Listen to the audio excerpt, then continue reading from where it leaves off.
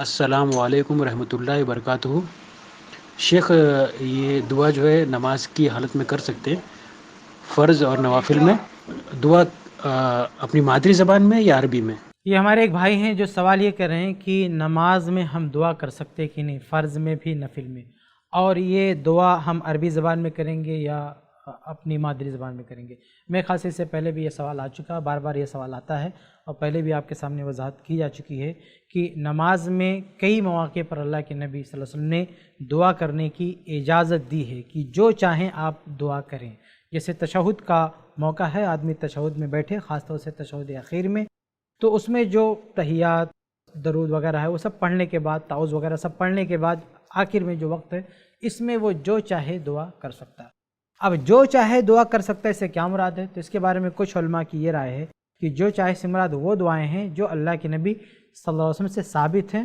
بہت ساری دعائیں ہیں، تو ان ثابت شدہ دعاؤں میں سے چن کے، منتخب کر کے جو چاہے وہ چن لے اور یہاں پہ لا کے پڑھے۔ دوسری طرف کچھ علماء نے یہ کہا ہے کہ جو چاہے سے مراد ہے کہ جو مرضی اس کی دعا کرے، وہ اپنے الفاظ میں بھی دعا کر سکتا ہے، لیکن عربی زبان میں وہ دعا کرے۔ اور تیسری طرف کچھ علماء ایسے بھی ہیں جو کہتے ہیں کہ نہیں، اگر وہ اپنی مادری زبان میں بھی دعا کرنا چاہے تو وہ کر سکتا ہے، کوئی حرج کی بات نہیں ہے۔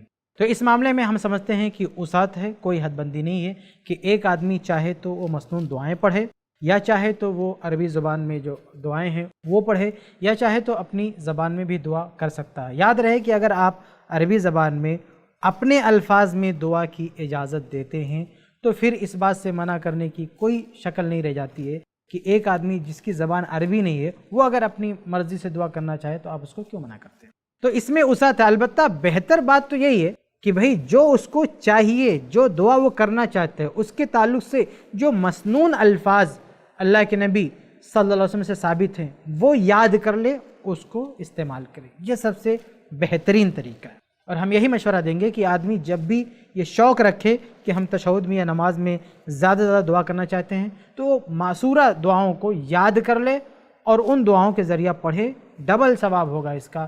ایک تو سنت پر عمل بھی کر رہا ہے اور دوسرا اللہ سے مانگ بھی رہا ہے، اس میں بہت بڑا ثواب ہے۔ دوسری طرف یہ گنجائش ہے، کوئی آدمی عامی ہے، بیچارہ مزدور ہے، اس کو نہیں آتا ہے، کچھ نہیں آتا ہے، تو ہم اس پر دعاؤں کا دروازہ بند نہیں کر سکتے۔ ایسا آدمی جسے کچھ نہیں آتا، بیچارہ بہت پریشان ہے، بہت غریب ہے یا بہت دکھی ہے، کوئی گنجائش نہیں ہے، تو ایسا نہیں کہ ہم یہ کہہ دیں کہ بھئی تم کچھ بھی دعا مت کرو۔ تو اس کے لیے گنجائش ہے، وہ اپنی زبان میں دعا کرنا چاہے تو کر سکتا ہے۔ بات جو یہ ہمارے بھائی نے کہی ہے کہ فرض اور نفل میں فرق، تو فرق والی کوئی بات سمجھ میں نہیں آتی۔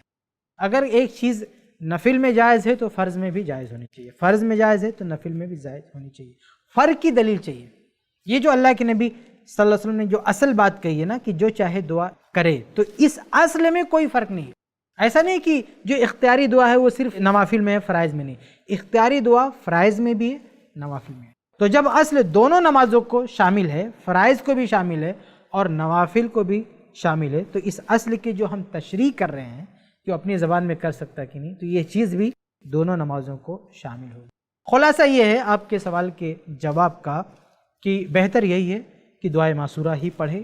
اس کا دو فائدہ ہے، سنت پر عمل بھی، اور اپنی جو ضرورت ہے اللہ سے اس کی مانگ بھی کر سکتا ہے۔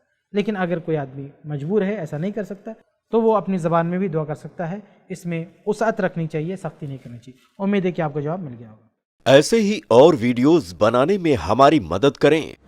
آئی پلس ٹی وی کو ضرور ڈونیٹ کریں۔